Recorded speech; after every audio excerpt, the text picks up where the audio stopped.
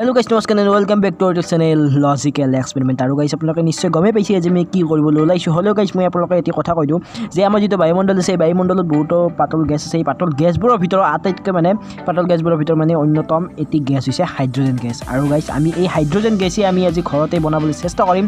লগতে এই ভিডিওটো এটি এক্সপেৰিমেণ্টমূলক ভিডিও হ'বলৈ গৈ আছে আৰু এই ভিডিওটো কৰাৰ বাবে আমি সকলো সাৱধানতা তথা সকলো ইকুইপমেন্টছ আমি অৱলম্বন কৰিছো।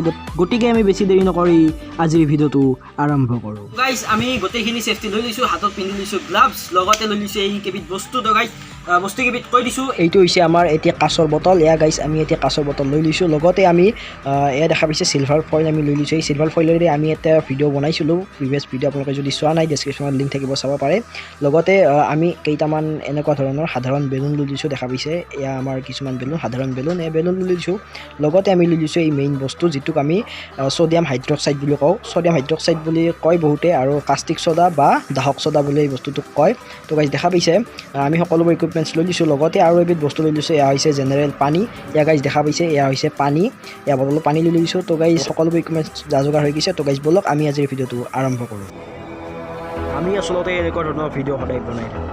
আপোনালোকে যাতে এনেকুৱা ভিডিঅ' অৰ্থাৎ ভিডিঅ'ত থকা কাৰ্যবোৰ যাতে ঘৰত কোনে কৰিবলৈ চেষ্টা নকৰে, because it may be very dangerous.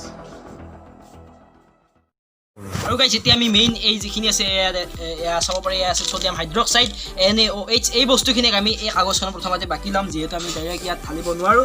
তো গোটেই প্ৰচেছটো আপোনালোকে চাই থকা। অলপমান এই পৰিৱেশত বৰ্তমান নইজ আহিছে, আপোনালোকে বেয়া নাপাব নইজ হোৱাৰ কাৰণে, কাৰণ আমাৰ ঘৰটো বহুত নিচে ওচৰত আমাৰ ৰাস্তা। আৰু গাইছ এয়া চাব পাৰে, এয়া আছে সোডিয়াম হাইড্ৰক্সাইড। আমি ইয়াৰ পৰা এনেদৰে কেইটামান আমি সোডিয়াম হাইড্ৰক্সাইডৰ এই বড়ি উলিয়াই লৈছোঁ। আপোনালোকে দেখা পাইছে এনেদৰে আমি এই বড়িকেইটা উলিয়াই কাগজখনত দি দিছোঁ। আৰু গাইছ এতিয়া আমি এই বটল যিটো আছে এই কাঁচৰ বটলটো চাব পাৰে, একো নাই বটলটোত। এই বটলটোত আমি এই বটলটোৰ পৰা পানী লৈ ল'ম। এয়া পানী দিয়ক, বেলেগ একো বস্তু নহয়।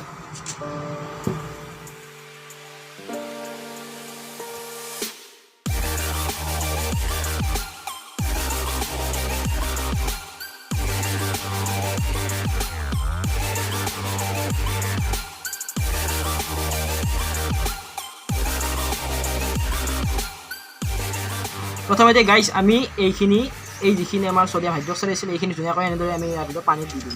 আৰু গাইছ এই পানীত দিয়াৰ আগতে এইখিনি সময় যে ইয়াত থাকিল বাহিৰত এনেদৰে এই বায়ুমণ্ডলত থাকোঁতে জলীয় বাষ্পৰ লগত ই বিক্ৰিয়া কৰি এটি গৰম ৰিলিজ কৰিছে। মই গ্লাছ পিন্ধি থকা সত্ত্বেও ইয়াৰ পৰা গৰম অনুভৱ কৰিব পাৰিছোঁ। আৰু গাইছ এইখিনি আমি এই বটলৰ ভিতৰত দি দিলোঁ। আৰু গাইছ ভিডিঅ'টো কৰিবৰ বাবে মই থিয় দি লৈছোঁ, কাৰণ চকীখন বাহিৰত থৈছোঁ যাতে কিবা হ'লে পটককৈ গুচি যাব পাৰোঁ। আৰু গাইছ এয়া চাওক, অতিকৈ ডেঞ্জাৰাছ বস্তু এইবিলাক। এয়া চিলভাৰ ফইলখিনি আমি এনেদৰে লৈছোঁ। আৰু গাইছ এতিয়া ইয়াৰ ভিতৰত হঠাৎ আমি এই বটলটোৰ মুখখনিত এনেদৰে দি দিম।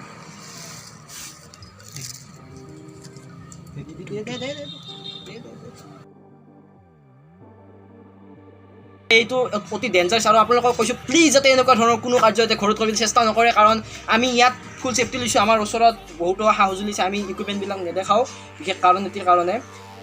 এয়া চাব পাৰে গোটেইখিনি আমি কৰি লৈছোঁ। আৰু গাইছ চাব পাৰে ইয়াত চাওক এটি এই বুৰবুৰণি উঠিব ধৰিছে। আৰু গাইছ ওপৰত বেলুনটো চাওক, ওপৰত বেলুনটো চাওক। আমি এইটো এনেদৰে লৰাই দিব লাগিব। অলপমান এনেদৰে আমি লৰাই দিছিলোঁ। আৰু গাইছ বেলুনটো চাওক, আমি ইয়াত ভালদৰে এনেকৈ ধৰি থাকিম যাতে ওলাই যাব। আৰু গাইছ তলত চাব পাৰে এই যিখিনি আছে বুৰবুৰণিখিনি কি উঠিব ধৰিছে। আৰু গাইছ ওপৰলৈ বেলুনটো চাওক গোটেইখিনি। আৰু গাইছ ইয়াৰ ভিতৰত যিটো বটল আছিল বটলটো বহুত উত্তাপ্ত হৈছে গাইছ, বহুত উত্তাপ্ত হৈছে। মই গ্লাভছ পিন্ধাৰ কাৰণে ইয়াৰ তাপটো নিবাৰণ হৈছে, কাৰণ এইটো ৱাটাৰপ্ৰুফ লগতে হিটপ্ৰুফ। গাইছ দেখা পাইছে এই বেলুনটো এতিয়াও ফুলি আছে। আৰু গাইছ এই বেলুনটোত বৰ্তমান হাইড্ৰোজেন গেছ ভিতৰত সোমাই আছে। গাইছ আমি ইয়াত অলপমান আৰু লৰাই দিছোঁ যাতে ভিতৰৰ গেছখিনি যাতে অলপমান, গাইছ বহুত হিট উঠি আছে।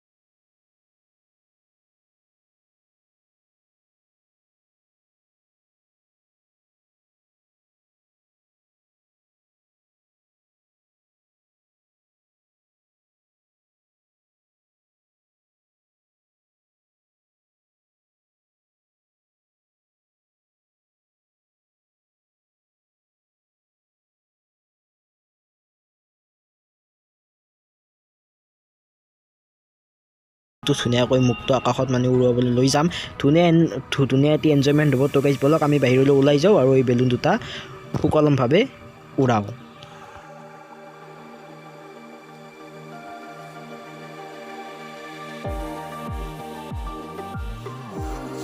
আৰু গাইজ চাব পাৰে হাইড্ৰজেন বেলুন আমাৰ ছাকচেছফুলি আমাৰ হাইড্ৰজেন গেছ বেলুন যিটো আছে এইটো আমাৰ কামত আহিছে আৰু গাইজ এতিয়া আমি ইয়াৰ ওপৰত চাব পাৰে মুক্ত আকাশ আৰু এই মুক্ত আকাশতে আমি বেলুনটো উৰাবলৈ সাজু হৈছোঁ তো গাইজ বলক আমি এই বেলুনটো ধুনীয়াভাৱে আকাশলৈ উৰাই দিওঁ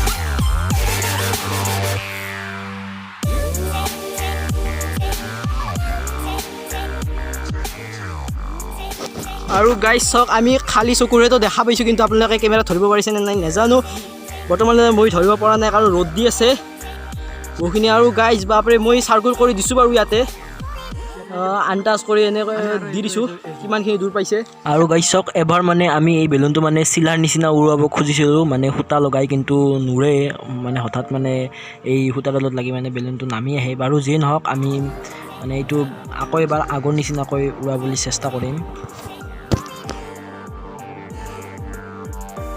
গাইজ আমি এই বেলুনটো মানে অকলে এৰি দিম কাৰণ সূতাৰ লগত এইটো মানে অলপমান ভিৰ মানে এইটো ৰাখি তললৈ নামি আৰু গাইজ এয়া 1 2 and 3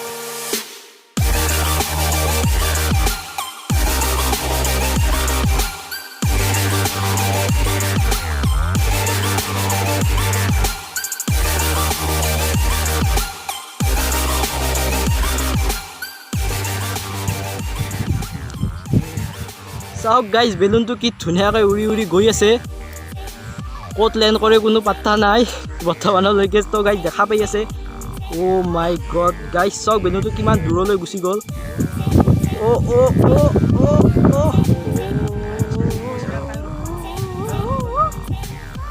গাইজ বেলুনটো চাওক গাইজ অলপ তললৈ গাইজ আৰু উঠি গৈ আছে বেলুনটো ওপৰলৈ উঠি গৈ আছে আমি খালী চকুৰে দেখা পাইছোঁ আপোনালোকে দেখা পাইছেনে নাই মই গম পোৱা নাই কাৰণ কেমেৰা মাৰি ইমান এটা মোবাইলেৰে যিহেতু কৰি আছোঁ জুম কৰিলে ফাটি যাব এয়া গাইজ এয়া চাওক বেলুনটো গাইজ এই ওপৰলৈ উঠি গৈছে মই চাৰ্কুল কৰি দি গৈ আছোঁ নিশ্চয় দেখা পাইছে বেলুনটো ওপৰলৈ উঠি গৈ আছে দেখা পাইছে কেমেৰাটো ধৰিব পাৰিছে আৰু গাইজ চাওক কিমান ওপৰলৈ উঠিছে এই বেলুনটো তো গাইজ দেখিলে কেনেকুৱা এটা এনজয়মেণ্ট লাগে কেনেকুৱা এটা ভাল লাগে যেতিয়া এক্সপেৰিমেণ্টবোৰ সফল হয় যেতিয়া এক্সপেৰিমেণ্টবোৰ কৰি মানে কিবা এটা ফল পাওঁ তো গাইজ আপোনালোকক প্লিজ অনুৰোধ কৰিছোঁ ইয়াতকৈ বেছি ভাল ভিডিঅ' পাই থাকিবৰ কাৰণে তলত যি ছাবস্ক্ৰাইব বটনটো দি ছাবস্ক্ৰাইব কৰি দিয়ক এতিয়াই কাৰণ গাইজ চাওক কষ্টৰ ফল সদায় মিঠা বুলি কয় আৰু এয়াই হ'ল ফল বহুত ওপৰলৈ উঠি গ'ল